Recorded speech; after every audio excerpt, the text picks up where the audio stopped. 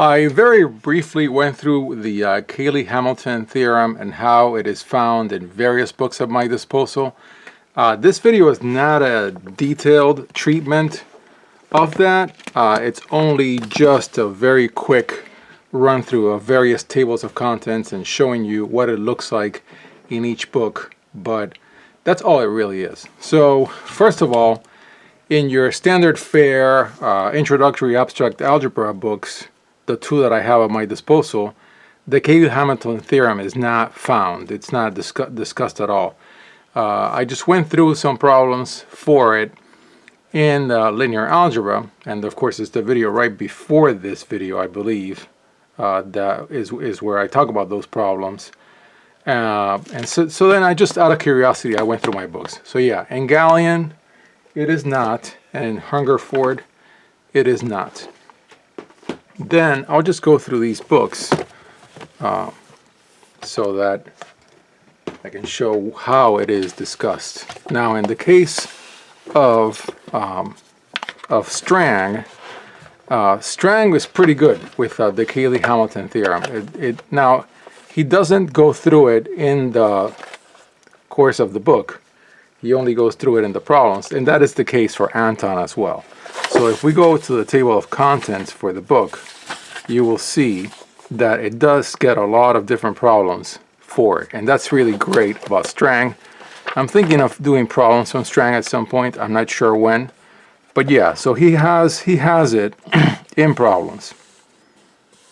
And so it's all about the characteristic polynomial for a matrix that equals 0.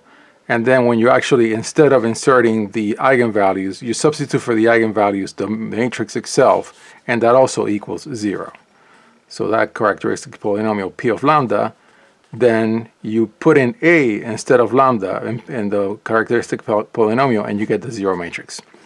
So there are multiple problems in this book for that. Different parts of the book. There it is, Cayley-Hamilton, later on. And then, of course, later on, again, right here. Okay. So Strang, great book, does have it in many different places.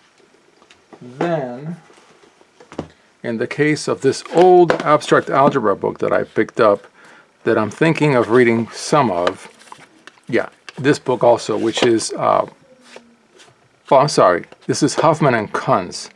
I thought I was using the wrong book, never mind.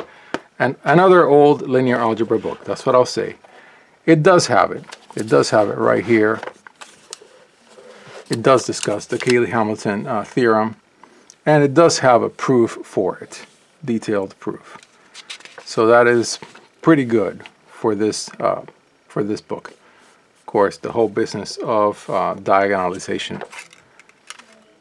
Yeah, and it has also an example. Thought it was another book, but yeah, I guess I have too many books, which is a good problem to have. Then in the case of Axler, I think Axler has his own terminology because of the theoretical way in which he does linear algebra.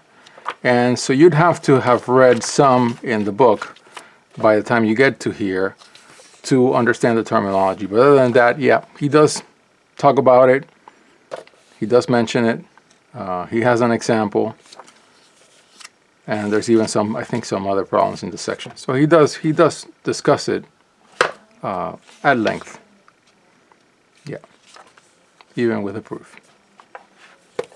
Then in the case of what I call FIS, FIS also has it within the context of other discussions before it. There it is, Cayley-Hamilton. And he also has an example, and even a corollary, and there are some exercises for it.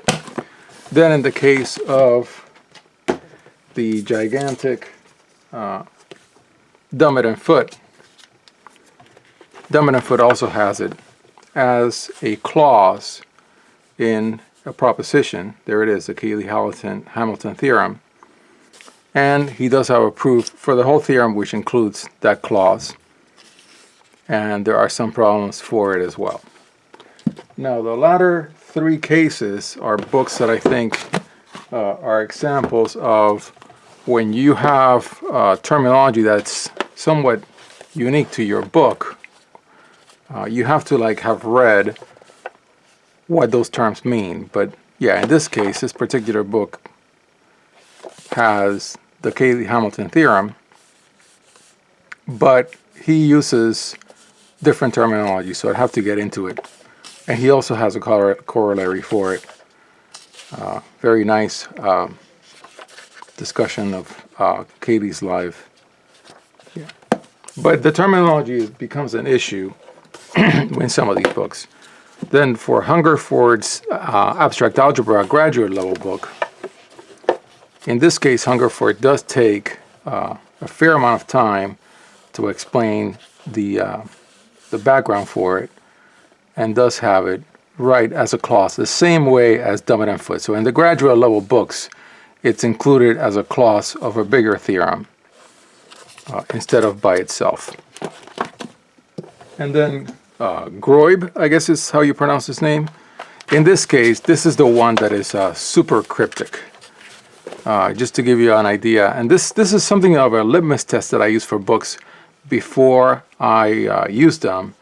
I'll look up an example of a theorem and see how each one treats it, and that gives me an idea of how easy or hard it's going to be for me to read that book. Now, I already, I think I've made a video about this book that I'll put up at some point, but the thing that really struck me about this book is the terminology is it's in its own world. Not only that, but I think he uses lambda to mean like a scalar and not the eigenvalue of a matrix. I think either way, when I read this, I'm like, all right, by the time I get to this point, I would have had to understand what all these terms mean in this particular book.